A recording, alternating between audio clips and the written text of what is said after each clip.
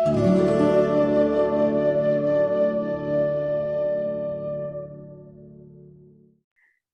think the saddest part, I mean, by the way, thank you for the background. But the saddest part for me is with cocaine addiction, for example, or alcohol. We do our best as adults not to expose our children to those addictive substances. We are not doing the same with sugar or processed foods, which contain high fructose corn syrup and other addictive substances. Is it because we do not realize how addictive these substances are? Yes. Or is it because we're surrounded by so much of the adverts of these substances that we almost normalize eating a donut and whatever eating junk food is normal? What do you think? Is it social, or is it genuine lack of understanding of the problem? It's both, but you just described it perfectly. So you see immediately when the tobacco companies come into processed foods, who do they attack? Children. It's part of addiction science. The younger a person or any animal is, when they start to be exposed to the addictive substance, they start to ingest it, they start to consume it.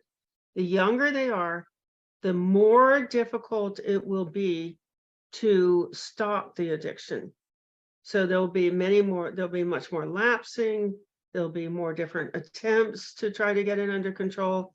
It will be much, much harder for it to stop. So what did the tobacco industry do as soon as they got a hold of those companies? First of all, they upped the number of Saturday morning cartoons in the US for these addictive foods. So even already in 1985, there were 150 cartoon commercials on one Saturday morning. Because in 1963, 20 years earlier, tobacco bought a company called Hawaiian Punch. It was an adult mixer for alcoholic drinks. They repositioned it as a sugary drink for children. Okay, so they already had experience with addicting children. Now, mind you, sugar is more addictive and more destructive. It will alter the brain more than cocaine. And these people just didn't care. So they did things, the marketing techniques that they took right out of tobacco and put into sugar for children was the wacky warehouse. It was their character, their mascot was Punchy. And so they had the Punchy warehouse for Hawaiian Punch. And then in 1985, when tobacco bought Kraft, they got Kool-Aid. They got a product called Kool-Aid. And they created the wacky warehouse, which is pretty ironic because wacky means, mentally ill. They were causing mental illness in children. They had the nerve to call their warehouse the wacky warehouse. It's unimaginable. So why was this giveaway program so effective for instilling addiction in a child? Well, they used the Marlboro Country Store to sell cigarettes and addict people to cigarettes. How does it work? So first you create a product. And it looks an innocent product. Oh, cigarettes are for relaxation. Oh, cigarettes are sexy. Oh, cigarettes are you're rebellious. None of which is true. They just assign it. They make the product look innocent. And they did with the sugary drinks for children. So they hid extra nicotine in cigarettes.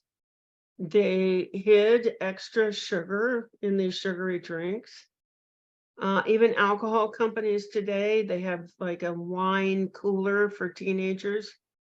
And they'll say, oh, this has almost no alcohol in it. but when you analyze it, it's got plenty of alcohol in it. So they're getting these teenagers addicted to alcohol. So this is just one of their tactics. They hide addictive substances in a seemingly innocent product, and then they get you to buy the product often enough to establish the addiction. You're training the reward centers in the brain to release floods of cravings. How do they do that? Oh, they have this reward system.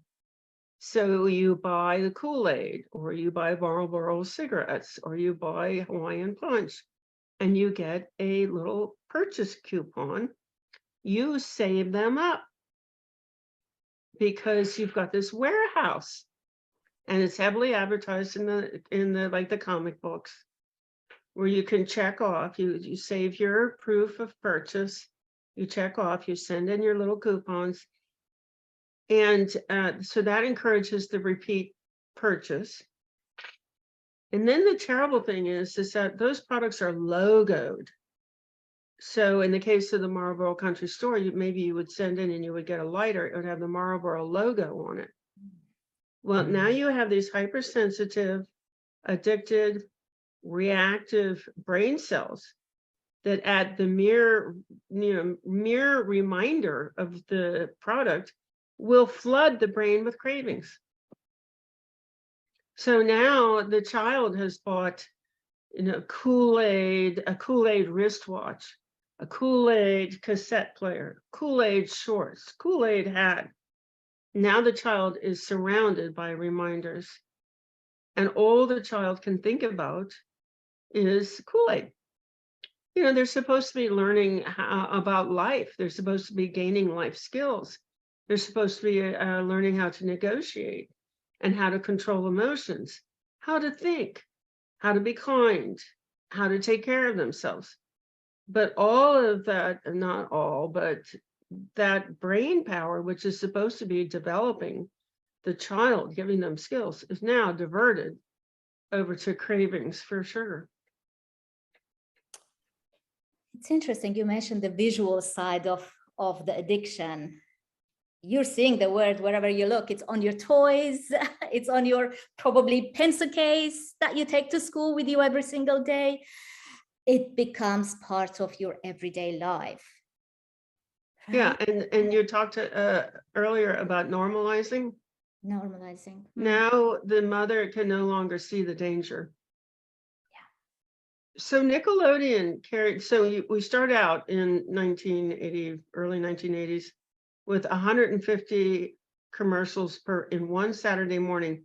It only takes 5 commercials to persuade a toddler to prefer a product. As soon as tobacco came in, it went to like 350. Within 7 years, it was 550 commercials per Saturday morning. And in the US, a company called Nickelodeon carried those commercials to 65 million households. It only takes 5 commercials to alter a child's brain, to alter their thinking. And there were 6 children in 65 million households exposed to 500 commercials in one Saturday morning.